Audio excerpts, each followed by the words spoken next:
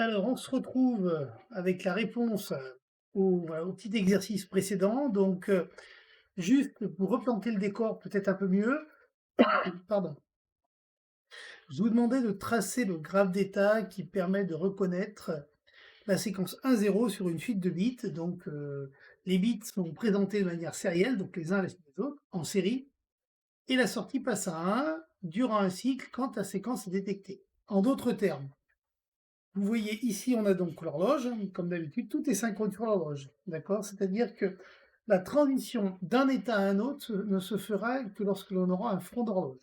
La séquentialité est toujours donnée par l'horloge. Et puis, sur l'entrée, on a donc notre séquence de bits qui arrive, donc des 0 et des 1. Et quand on a la séquence 1, donc un 1 suivi d'un 0, alors la sortie passe à 1 pendant un cycle. Vous voyez, donc ici, j'ai 3 fois la séquence, une fois là, une fois là et une fois là.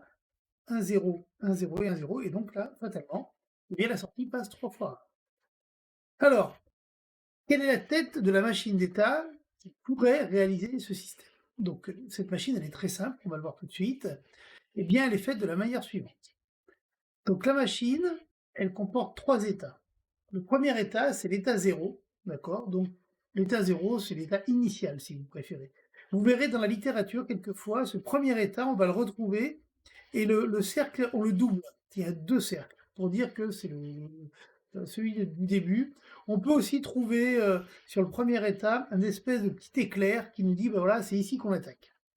Donc, on est dans l'état 0, et je vous rappelle que la sortie doit passer à 1 quand on a eu la séquence 1, 0. Donc, dans l'état 0, on a 2 cas de figure. Si l'entrée, on a un 0, eh bien, dans ce cas-là, on va rester où on est. Effectivement, on cherche un 0. Donc, si on a un 0, de toute façon, il n'y a pas de raison qu'on progresse. D'accord? Si par contre on a un 1, on passe dans l'état 1. Et cet état 1, finalement, eh bien, on pourrait, si on voulait lui donner une signification, on pourrait dire que c'est l'état qui dit j'ai déjà trouvé un 1. Maintenant, il me faudrait un 0 pour avoir 1 suivi du 0. Donc, dans ce premier état, vous voyez, je vais encore avoir 2 cas de figure. Soit l'entrée, c'est encore un 1, donc dans ce cas-là, je reste où je suis. D'accord? J'ai des 1 qui arrivent. Soit au contraire, j'ai un 0. Et si j'ai un 0 qui arrive, bingo, là, j'ai bien la bonne séquence. J'ai eu un 1 suivi d'un 0. D'accord? Vous voyez, ici, l'entrée était à 1, puis maintenant, elle passe à 0. Et là, je vais donc passer dans l'état numéro 2, et ma sortie va passer à 1. Mais c'est pas fini, parce que les bits, ils arrivent à la queue leu. Imaginons maintenant que j'ai encore un 1. Si j'ai encore un 1, ça veut dire que j'ai potentiellement une deuxième séquence 1-0. Donc je vais remonter à l'état précédent. Et l'état précédent, ben, me dit ok, j'ai un 1, maintenant il me faut un nouveau 0. Et donc on peut faire des allers-retours. Par contre, si à la suite de ma séquence j'ai un 0, eh bien je repasse à l'état d'attente initiale, où là j'attends déjà un 1. Donc voilà un petit peu la tête du graphe d'état qui correspond à ce chronogramme-là. D'accord? Donc j'espère que ça vous a un petit peu fixé les idées. Donc cet exemple-là, vous pouvez le mettre juste à la suite de ce qu'on a déjà noté dans le petit 1 de 2, là, le diagramme d'état, qui était un exemple, où vous pouvez d'abord noter donc, le chronogramme, ici présent, et puis après, eh bien, vous notez tout simplement le graphe d'état correspondant. D'accord? Voilà, très bien. Donc maintenant que l'on sait faire un, un graphe d'état, eh bien, je vais vous présenter une autre chose qui consiste en la formalisation d'une machine d'état. Et donc cette formalisation, elle va passer par ce qu'on appelle, elle a été faite par 2 personnes, une qui s'appelait Moore et l'autre qui s'appelait Meili, d'accord? Et ces 2 machines sont légèrement différentes. Et cette formalisation, elle passe par soit les machines de Moore ou soit les machines de Meili. Alors, euh, comme depuis le début, je vous prône un système toujours très synchrone, d'accord? J'ai juste choisi dans le cours de vous parler de la machine de Moore. Alors, aucun rapport avec celui qui a fait James Bond, hein, Roger Moore. Je vous garantis qu'il n'a rien à voir là-dedans, mais ça s'écrit pareil. Donc la machine de Moore, c'est M-O-O-R-E. Alors on va mettre comme on avait mis petit 1, graphe d'état, on met petit 2, machine de Moore. Et donc, pour introduire cette machine de Moore, donc ça, avant qu'on aille plus loin, je vais vous présenter un petit peu l'idée générale. La motivation, si vous voulez, de la machine de Moore, c'est avant tout la matérialisation électronique du graphe d'état. C'est-à-dire dire, voilà, j'ai un graphe d'état, et maintenant ce graphe d'état, je voudrais le transformer en un circuit électronique. D'accord? En d'autres termes, c'est exactement ce que j'ai mis ici. C'est-à-dire que ici, j'ai mon graphe d'état, et hop, je voudrais qu'il se transforme sous forme de circuit électronique. Donc pour cela, eh bien, on va observer plusieurs choses. La première chose que l'on peut observer, c'est que les différents états qu'on voit ici, qui sont en bleu, il va falloir les, les matérialiser. Et ces états, eh bien finalement, c'est un petit peu des mémoires. C'est-à-dire que quand on est dans un état, on est cet état en numérote. Finalement, c'est un petit peu l'équivalent d'une mémoire. Dire voilà, ben, actuellement, mon système est dans l'état numéro 3. D'accord? C'est-à-dire qu'il faut que dans mon système électronique, j'ai un système de mémorisation qui puisse dire voilà le numéro de l'état dans lequel je me trouve. Donc ici, par exemple, vous voyez, les états qu'on a, on en a un, donc 1, 2, 3, 4, 5, 6, 7, 8, 9, 10. On a 10 états. Donc, si on a 10 états, il faudrait fabriquer une mémoire qui nous permette de stocker des nombres allant de 0 à 9 ou de 20 à 10. On est en binaire, il n'y a pas le choix. Pour aller de 1 à 10, il va falloir 4 bits. D'accord? Puisque 2 puissance 3 ferait 8, 2 puissance 4 font 16, donc il nous faut bien 4 bits. Et donc, s'il faut 4 bits pour noter ces différents états, ça veut donc dire que pour mémoriser ces 4 états, ces 10 états, pardon, eh bien, il va falloir 4 registres. Et ces 4 registres, vous voyez, ils sont là. Donc là, voilà les 4 registres qui vont permettre de mémoriser ces états. Bon, ça, c'est une première chose. C'est-à-dire que maintenant, électroniquement parlant, on sait que on va avoir 4 registres. Et d'ailleurs, ces 4 registres, on va les appeler bêtement les registres d'état. D'accord? Et ces 4 registres, donc, ils correspondent aux 4 bits, donc au bit 0, bit 1, bit 2 et bit 3, qui pourraient coder les différents états ici présents. Par exemple, si je considère, je sais pas moi, l'état numéro 6, d'accord? Eh bien, pour écrire 6 en binaire, je sais par exemple que je vais devoir écrire sur le bit 0, 0, sur le bit 1, 1, sur le bit 2, 1, et sur le bit 3, 0. 4 et 2, 6, d'accord? Ça veut donc dire que si mon système est dans l'état numéro 6, eh bien mon registre d'état, il y aura 0, 1, 1, 0. D'accord? Bon, ça c'est une première chose. Mais ce qu'on voit, c'est que ce registre d'état, ces différents états, eh bien, ils évoluent. Et c'est le principe du graphe d'état, c'est-à-dire qu'on va passer d'un état à un autre. Alors, on passe d'un état à un autre avec deux conditions. Ça, j'ai déjà dit précédemment. On passe d'un état à un autre parce que on sait d'où on vient, et on sait où on va, et on sait avec quelles conditions on y va. En d'autres termes, si je dois aller si je suis pardon, dans l'état numéro 6, d'accord, et si la condition t égale 10 secondes est validée, alors je vais aller dans l'état numéro 8. Ça veut donc dire que mon état futur sera l'état numéro 8, mon état présent est l'état numéro 6, et ma condition de transition, c'est t égale 10 secondes. Ça veut donc dire que à ce niveau-là, à la sortie, écoutez bien, hein, là c'est important, à la sortie du registre d'état, d'accord, j'ai ce qu'on appelle l'état présent. L'état présent, il va être réinjecté sur un bloc combinatoire, et ce bloc combinatoire va calculer en fonction de l'état présent et des entrées, ici t égale 10 secondes, quelle est la valeur de l'état futur. Donc là, vous voyez, Donc là, le circuit électronique qui est à droite ne correspond pas au graphe d'état, mais c'est pas grave, c'est juste pour vous montrer. Vous voyez par exemple ici, là j'ai une entrée, d'accord, petit b. Eh bien imaginez que pour passer de l'état 6 à l'état 8, il faille que B soit égal à 1, par exemple, d'accord?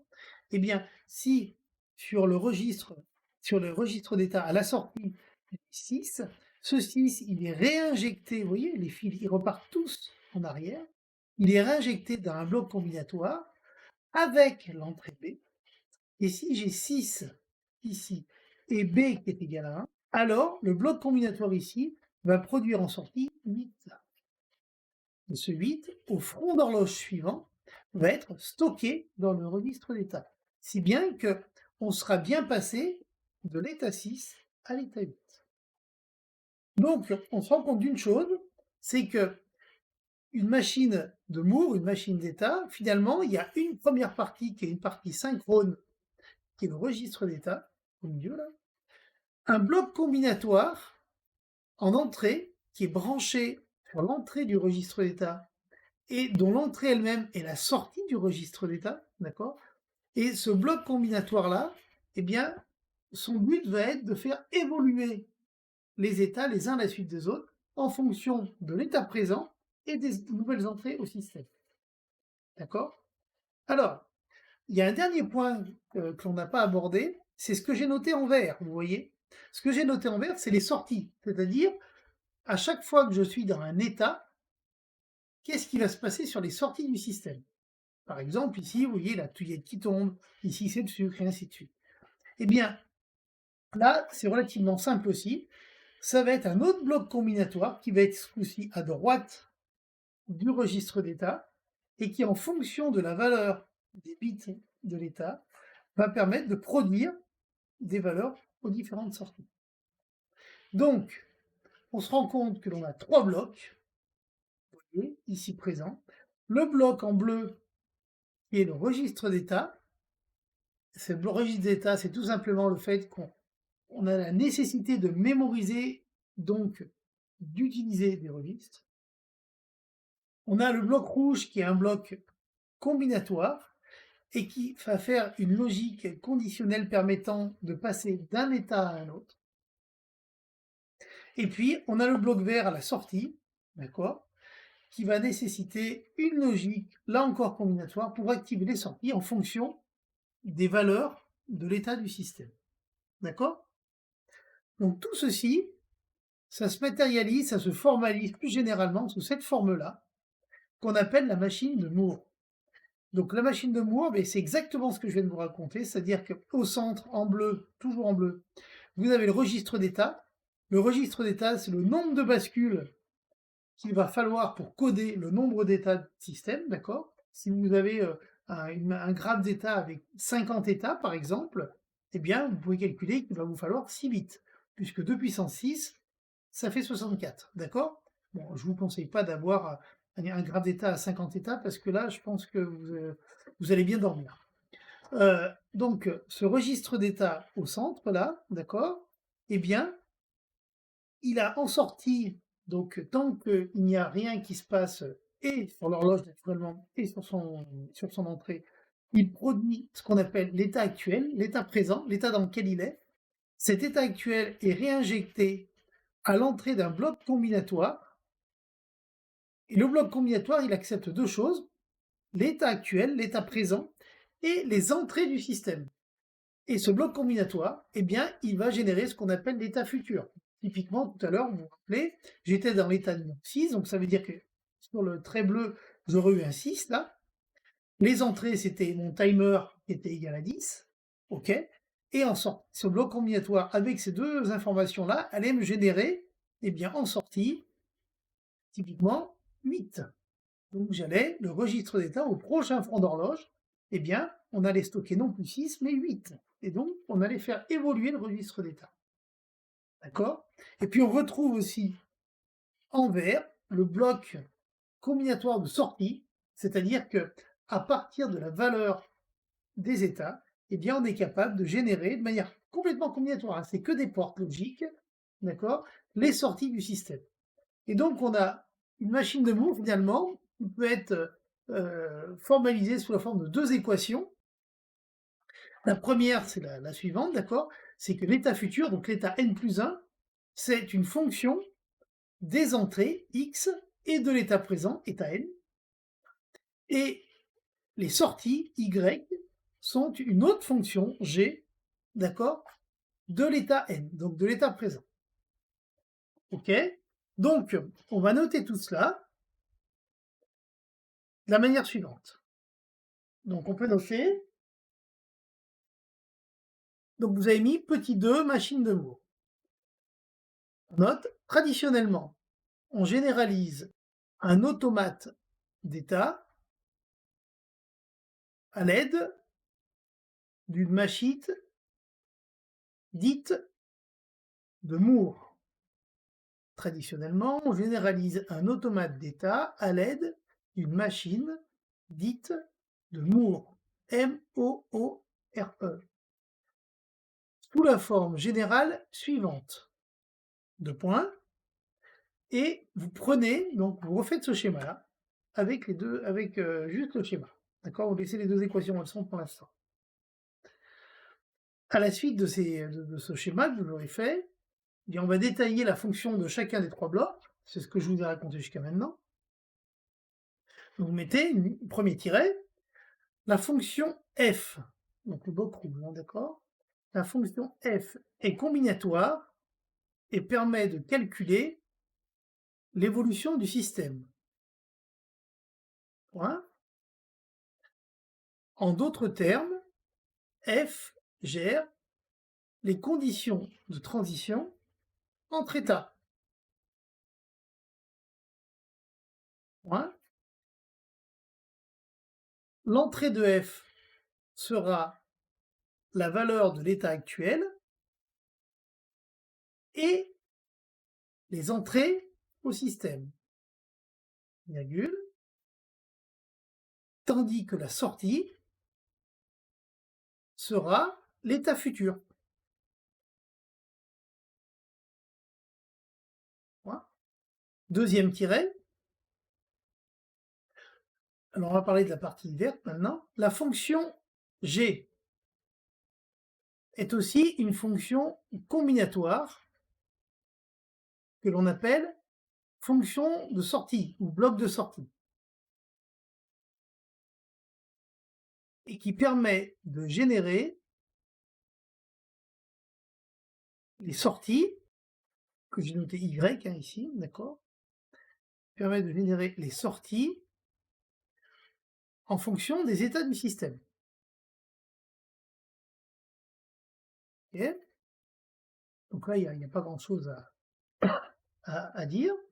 Troisième tiret, le bloc synchrone au centre, le bloc synchrone au centre est appelé registre d'état et permet de mémoriser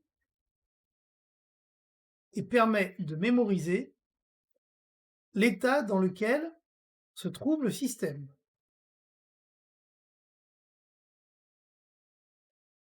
Il est constitué de bascules D dont le nombre dépend du nombre d'états du système.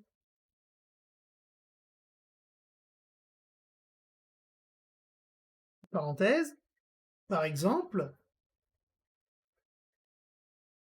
pour un graphe d'état à 12 états, il faudra 4 bascules D, puisque 2 puissance 4 égale 16, supérieur à 12. Fermez la parenthèse. La ligne, en notant X les entrées et Y les sorties du système,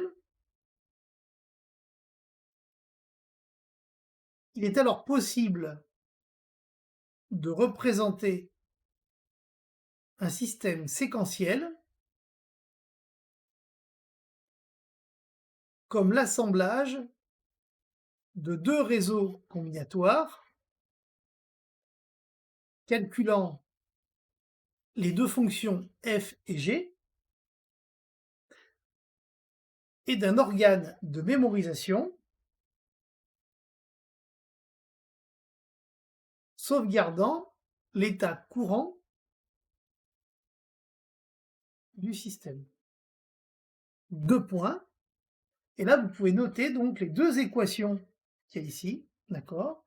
Eta n plus 1 est égal à f de x virgule eta n, et y est égal à g de eta n. Donc, on va maintenant passer aux différentes étapes qui permettent de concevoir une machine d'état. C'est vraiment la dernière partie de ce chapitre, hein, et du cours aussi. Donc, je vous invite à noter ça de la manière suivante. Attendez, on va rester là pour l'instant.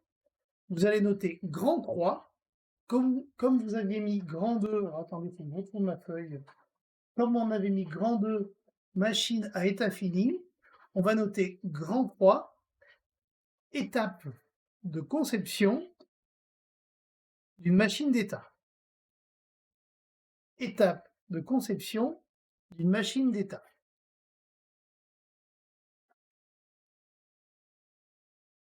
Donc là, c'est une recette de cuisine. Donc ça veut dire que globalement, vous avez 5 étapes. Hein, voilà. Et puis après, sachant que les étapes, elles sont pas super, on va dire, sont pas super descriptives. Ce que je vous fais après, c'est qu'on va juste faire un exemple tout bête, d'accord? Et on verra comment est-ce qu'on peut appliquer ça. Voilà. Donc, on note les étapes à suivre pour concevoir une machine à état fini.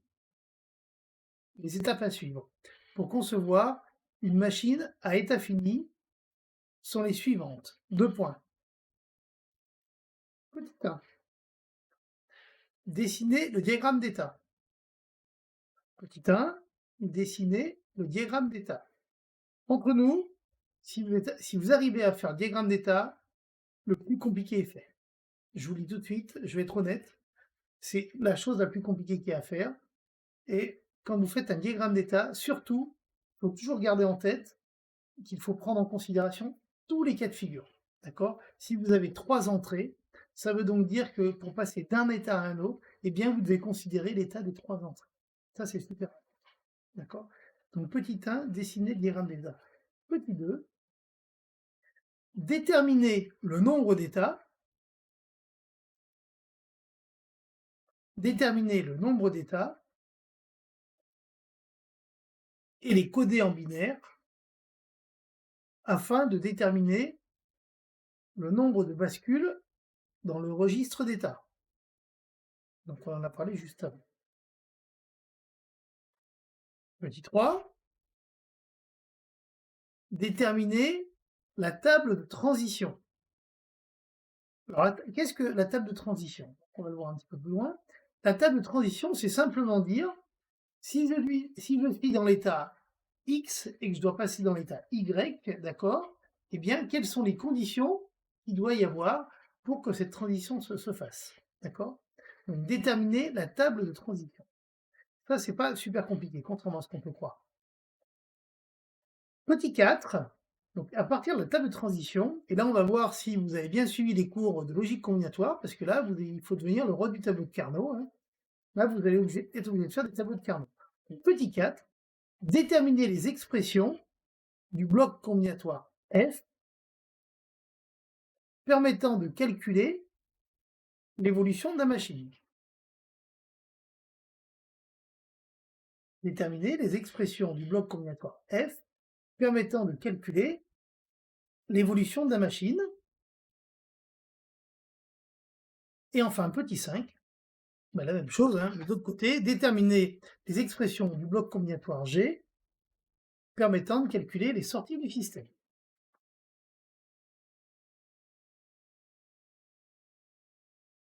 Donc maintenant, ce que l'on va faire, c'est que je vais vous donner un exemple. Donc on va reprendre un exemple, mais on va le traiter de A à Z. Enfin, pas tout à fait à Z, jusqu'à W. Parce que la fin, vous la ferez tout seul, et puis on corrigera en TD ensemble. D'accord? Donc, vous notez à titre d'exemple, on désire concevoir un circuit capable de détecter la séquence 0, 1, 1, 0 sur son unique entrée X. Donc, le texte là.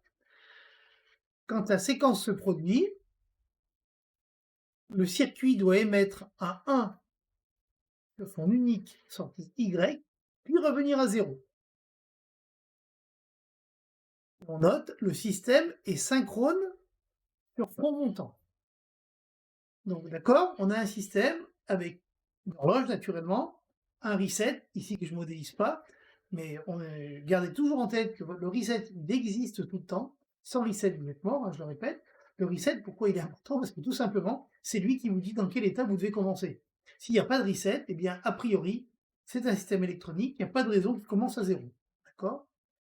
Donc, le système, il a une coque, un reset, logique, hein, on a déjà dit, une entrée X, une sortie Y. Ok? Donc, à partir de là, eh bien, on va commencer à faire à faire le graphe d'état. Donc, vous voyez, le premier état que j'ai noté 0, 0, 0, donc là, j'ai mes raisons parce que je connais le nombre d'états, donc croyez-moi, il va falloir 3 bits, quoique, avec du recul, je crois qu'il y a, oui, 3, il faut 3 bits. Dessous, j'ai mis la sortie, comme je vous ai expliqué avant, hein, y égale 0, on ne sait pas. Et puis là, on a deux cas de figure, soit x est égal à 1, soit x est égal à 0. Sachant que l'on veut détecter la séquence 0, 1, 1, 0, d'accord? Si d'entrée, on a une entrée qui est égale à 1, ça ne nous intéresse pas. On va rester dans l'état idle, donc dans l'état d'attente initiale, tout simplement parce que nous, on veut d'abord trouver un 0. Si par contre on trouve un 0, on va d'abord passer donc d'un deuxième état, d'accord? Donc là, la sortie est toujours égale à 0, parce qu'on n'a toujours pas la séquence complète. Et puis là, on va avoir deux cas de figure. Soit la sortie ici, pardon, l'entrée est égale à 0. Dans ce cas-là, bah, on va rester où on est parce que ça ne nous intéresse pas. Le 0, là, il y en a un deuxième qui arrive, ok, pas de problème. Mais nous, maintenant, on veut un 1. Soit on a un 1. Si on a un 1, on passe donc dans un état suivant. Donc là, on commence à être bien parce que vous voyez, on a détecté un premier 0. Là, on a détecté un premier 1.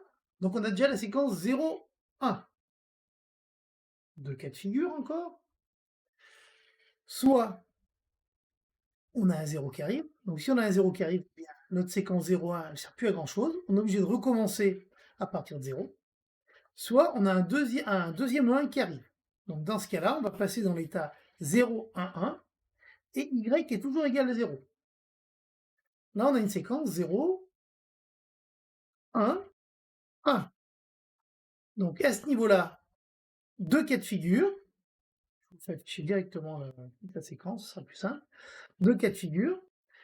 Soit on a un qui arrive, soit on a un qui arrive, on remonte à l'état idle parce qu'on veut un 0, 1, 1, 0. Soit on a un 0. Alors là, c'est peut-être pas super clair, mais croyez-moi, je pense que vous pouvez le voir.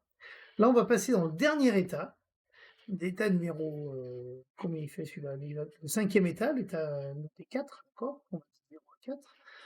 Où là, eh bien, on a bien la séquence complète, 0, 1, 1, 0, et la sortie passe enfin à 1. Ici, deux cas de figure. Soit on a une entrée qui passe à 0, soit on a une entrée qui passe à 1. Si on a une entrée qui passe à 0, ça veut dire qu'on a déjà détecté un futur 0 pour une prochaine séquence. D'accord? Donc dans ce cas-là, on remonte directement à cet état-là. Soit on a un 1, et dans ce cas-là, ben, tout est à refaire. Il faut d'abord qu'on ait un 0, puis après qu'on ait les deux 1 et les 0. Donc voilà le graphe d'état qui va correspondre à cet exercice, donc à cette spécification. Ok? Donc, vous avez noté le texte, donc vous allez noter petit 1, description à l'aide d'un graphe d'état. Description à l'aide d'un graphe d'état. Donc, vous allez à la ligne, afin de décrire l'évolution du système,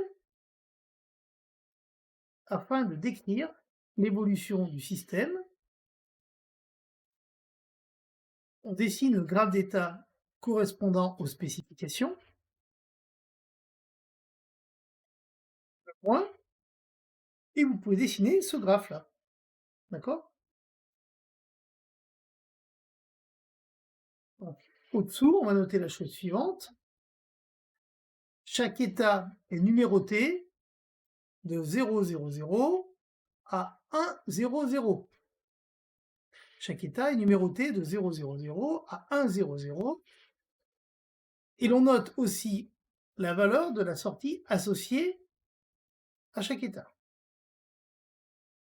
Point.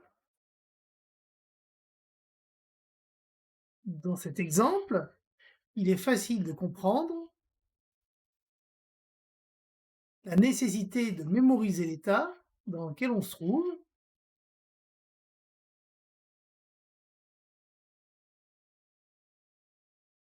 puisque l'on veut détecter une séquence.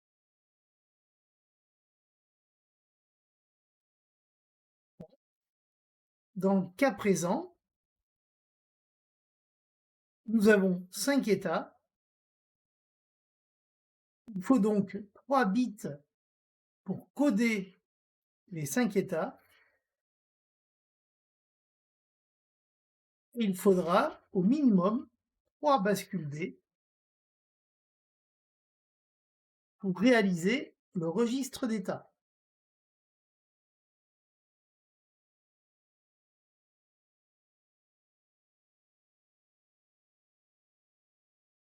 Bien. Donc, comme vous avez mis petit 1, description à l'aide du graphe d'état, vous mettez petit 2, établissement de la table de transition. Établissement de la table de transition. Alors déjà, qu'est-ce que la table de transition? Alors, la table de transition, c'est tout simplement un tableau, d'accord? C'est un tableau qui va être tout simple à comprendre. Il a 7 têtes, le tableau. Alors, vous voyez, je vous ai mis un grand point d'interrogation parce que je ne vais pas vous filer la réponse trop vite, c'est pas rigolo. Et donc, dans cette table de transition, eh bien, on va retrouver, si vous voulez, deux choses. D'un côté, les états courants, ce que j'ai appelé EC0, EC1, EC2, et de l'autre côté, les entrées. C'est-à-dire que ici, on va être capable de dire, ben voilà, quand on est dans l'état 0, 0, 0, si l'entrée vaut 0, quelle est la valeur du nouvel état? Donc, par exemple, vous voyez ici, si je suis dans l'état 0, 0, 0, c'est le premier état, si l'entrée vaut 0, l'état futur, ça va être 0, 0, 1. Donc, ici, je vais donc avoir 0, 0, 1. Et de la même manière, si je suis dans l'état 0, 0, 0, et que mon entrée vaut 1, dans ce cas-là, c'est pas intéressant, puisque moi, que je veux la séquence 0, 1, 1, 0, alors mon état futur, ce sera 0, 0, 0. D'accord? Et ainsi de suite. Donc, on va noter, la table de transition est un tableau, la table de transition est un tableau comportant l'état courant du système, virgule,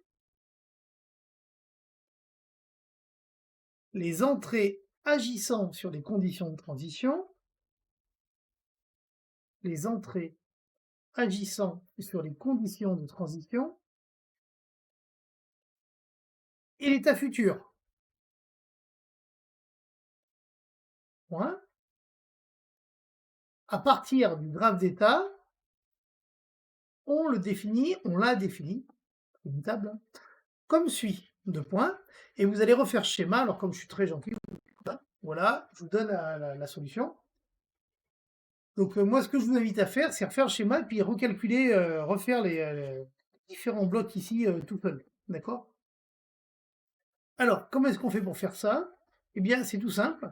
Vous reprenez votre graphe d'état qui est à côté, là, vous voyez, celui-là, et ce graphe d'état, eh bien, vous allez regarder tous les états dans lesquels vous êtes. Par exemple, si je suis dans l'état 0, 1, 0, donc celui-là, et si mon entrée est égale à 1, eh bien, je dois aller dans l'état 0, 1, 1. Donc, vous voyez, ça se matérialise suivant. Si je suis dans l'état 0, 1, 0, c'est celui-là, et que mon entrée est égale à 1, eh bien, je vais limiter dans l'état 0, 1, 1.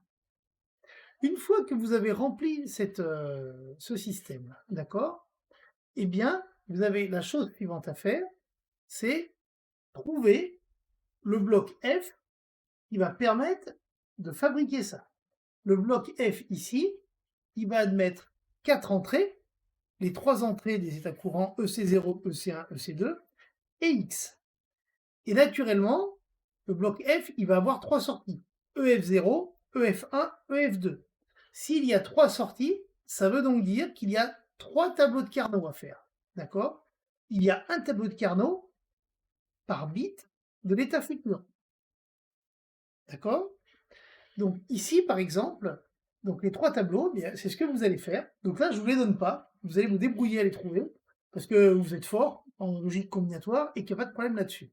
D'accord? On les corrigera en TD tranquillement ensemble. Par exemple, il y en a un qui est très facile à faire. Vous voyez, le tableau de Carnot de EF2. Alors, EF2 est égal à 1 uniquement dans un cas. Donc là, c'est super facile à trouver. Eh bien, c'est tout simplement quand vous avez 0 sur X, 0 sur EC2, et puis 1 sur EC1, et 1 sur EC0. Donc la fonction logique, ça devrait être un X bar et EC2 bar, et EC1 et EC0. Voilà. Vous avez donné EF2. Pour les deux autres, EF0 et EF1, vous faites un tableau de Carnot et vous en déduisez les blocs, le bloc F correspondant. Alors, pour le bloc G, c'est encore plus simple, puisque si on remonte, alors attendez, je vais juste remonter d'un cran, si on remonte ici, on se rend compte que le bloc G, eh bien, la sortie Y, finalement, elle est égale à 1 dans un seul cas. Dans quel cas? Eh bien, tout simplement, quand on a l'état 0, 0, 1. Donc, le bloc G, il va être égal à quoi? Eh bien, tout simplement, ça va être la fonction combinatoire qui dit Y est égal à EC0 bas et EC1 bas et EC2. Voilà. Donc voilà, ça en est fini pour, pardon, pour ce cours sur les machines d'état, d'accord? On va se retrouver en TP, en TD, pardon, pas en TP, en TD pour faire le TD ensemble et puis pour finir donc de manière plus dynamique, interactive, on va dire, cette dernière partie. Si vous avez des questions entre-temps, n'hésitez pas, vous m'envoyez un message et j'y répondrai avec plaisir. Voilà.